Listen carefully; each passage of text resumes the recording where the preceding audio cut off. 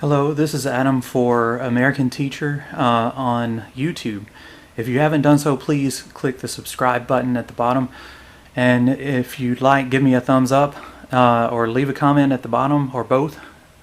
Today's topic is about UFOs. And not just UFOs, but the size of the universe and what that insinuates. So the size of our universe, according to scientists' best estimates, is the observable universe size is 93 billion light years. To put that into perspective, at most, Earth is about 4.5 billion light years old. So that means traveling at the speed of light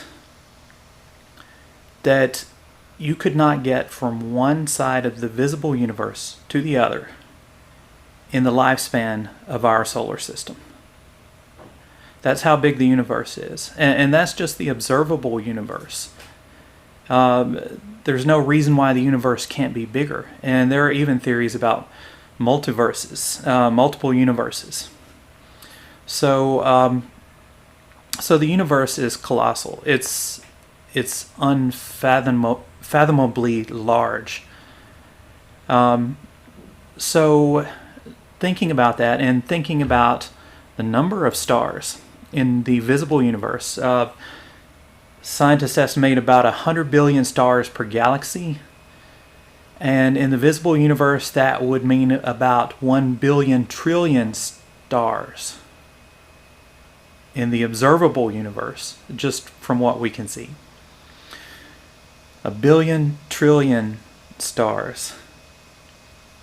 It's an amount that you cannot even imagine. I mean, more stars than grains of sand in the Sahara Desert. It's just mind-blowing. So given the size of the universe and the number of stars, the number of solar systems, and with newer instruments, scientists are finding more and more planets. We now know that most stars probably have planets orbiting them, multiple planets. So the number of planets in the universe is also mind-boggling.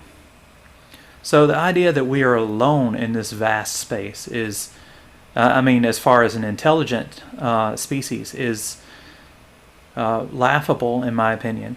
So there are probably other intelligent life forms out there. But what scientists can agree about is the possibility of us meeting one of those intelligent life forms. Some scientists believe that the distances are great and that perhaps given enough time, a civilization could overcome the great distances. They could find loopholes like wormholes to get quickly from one place in the universe to the other. But that means the civilization would have to survive for billions of years, or millions, at least millions of years, to get to that level of technology. So that might cut down the number of intelligent species that can go out and visit other civilizations in the universe. And given the vast distances between the stars, it would take a very high level of technology to even visit the next star, the closest star in our galaxy, which I believe is Alpha Centauri, which is around 4 light years away. So traveling at the speed of light, which we can't do yet, it would take us about 4 years to get there, and then 4 years to return. So we could travel at a fraction of the speed of light and get there within one person's lifetime using tiny probes. And that's what some scientists have been talking about. But anyway, I'm getting off the subject here. The idea is UFOs. So Recently, you may have heard the government released a report on the phenomenon of UFOs.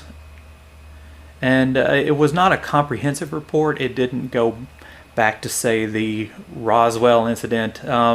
That had already been covered by a release from the government. If I'm not mistaken, when Obama was president, the government released a statement saying that the Roswell incident was part of a top secret project following World War II, in which the U.S. was trying to use balloons to, or had the idea of using balloons to spy on the Soviets. So yeah, there's a lot of controversy about whether that's true or not, whether the government had this secret balloon project, and that's what Mac Brazel, the rancher in New Mexico, saw when he saw debris in his field in 1948. But anyway, that's probably the most well-known story, UFO story. So most likely you've heard about that, the Roswell, New Mexico incident. So the original press release said that this was an alien craft. It was a UFO. And then the Air Force quickly, collected all the pieces and put out a press statement saying it was a weather balloon. And then much later, during Obama's term, the government said that it was a top secret spy balloon project that they were working on to spy on the Soviets at the time. But anyway, so given the great distances and the amount of time it would take a civilization to develop technology to travel between the stars, that could cut down quite a bit on the number of alien civilizations nearby that could actually visit us. But yet there are many people who claim that they've had encounters with aliens. And I remember when I was a teenager, I read the book Communion by Whitley Strieber, and it talked about his close encounters with aliens. It actually scared me. I lived out in the woods at the time, and I can remember glancing at the window, wondering if I would see those big black eyes staring through the window at me. So those are probably the most well-known aliens in UFO lore or alien lore, and those are the Greys. Those are the ones with the big heads, the big black eyes, the small mouths, and they're generally about 4 feet tall. So I found out about before I talk about this next UFO case, I found out that the UFO government report was rather disappointing. They changed their tune a bit. They didn't try to explain away these more recent UFO sightings by members. Some of them were by members of the Air Force and the Navy, if I'm not mistaken. Many pilots have come forward from the American Armed Forces and said that they have seen craft that moved in ways that were not possible with any technology that they knew about.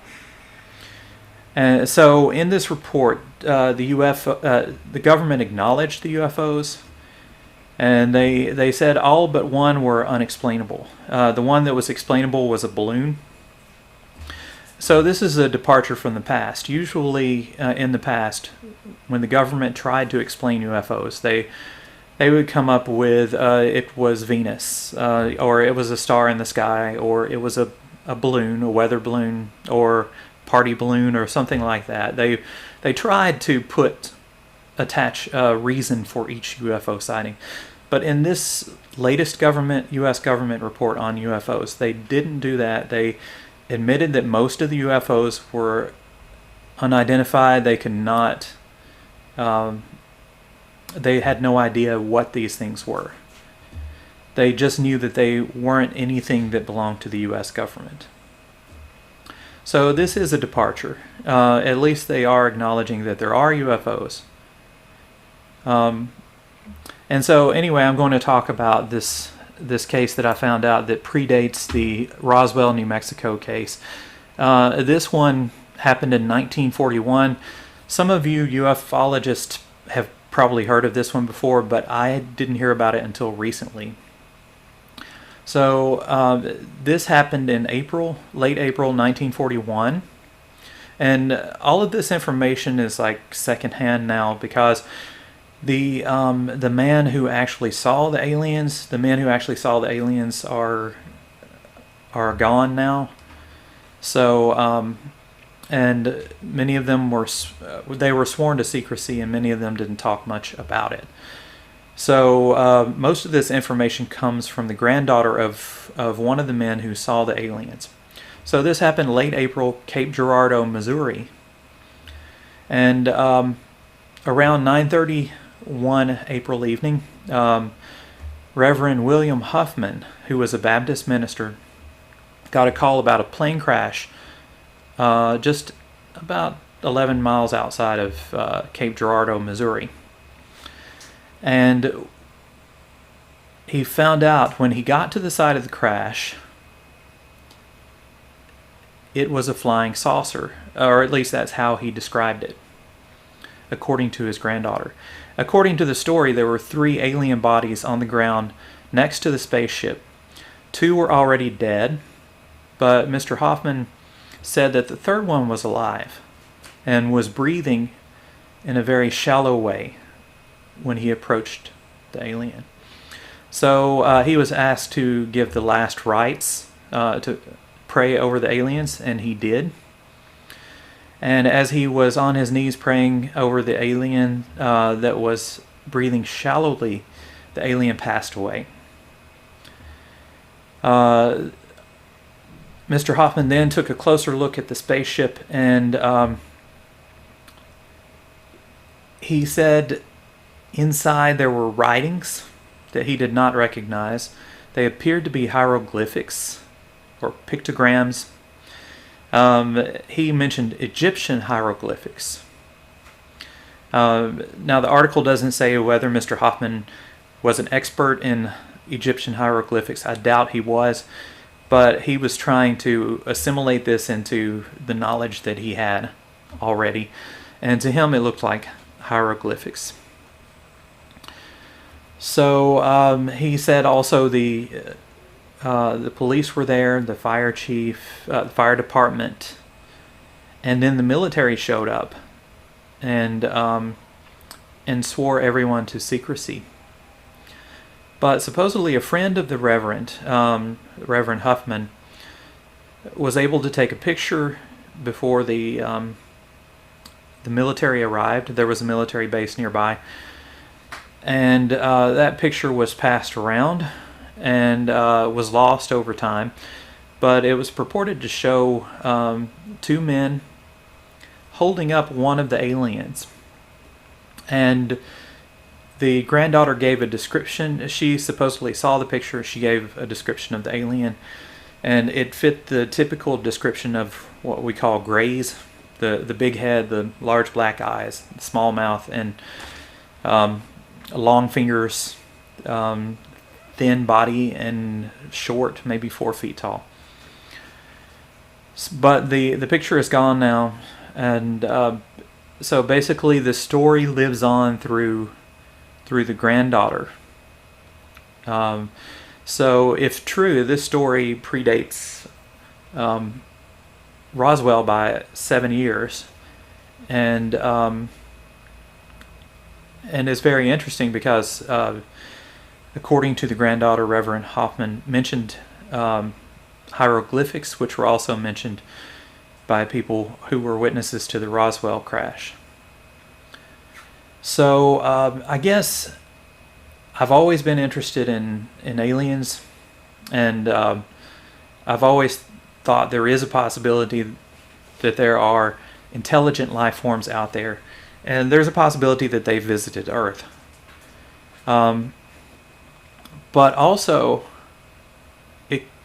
I've thought it could be humans from the future. because it's rather odd that these creatures look approximately like us. I mean, if they grew up on a very different planet in a very different environment, unless Earth is much more common in the universe, Earth-like planets are much more common than we know. I think it would be very unlikely that they would really look anything like us. However, we have and will evolve over time. We will change as our environment changes. And right now we spend a lot less time outdoors. We spend more time reading and thinking than we do doing physical labor. So it would make sense, I mean, in the distant future, if, our physical bodies became smaller and our heads became larger, and our brain capacity became larger from an evolutionary point of view. So yeah, I kind of tried to keep an open mind. I know a lot of scientific thinkers have laughed at the idea that we have been visited by these creatures, but there are a lot of people who have described similar creatures over time, and I was thinking, we learn new things every day. Our equipment, our technology is growing by leaps and bounds, and we've got the James Webb Telescope going up hopefully at the end of this year, which will be able to allow us to look into the history of the universe more.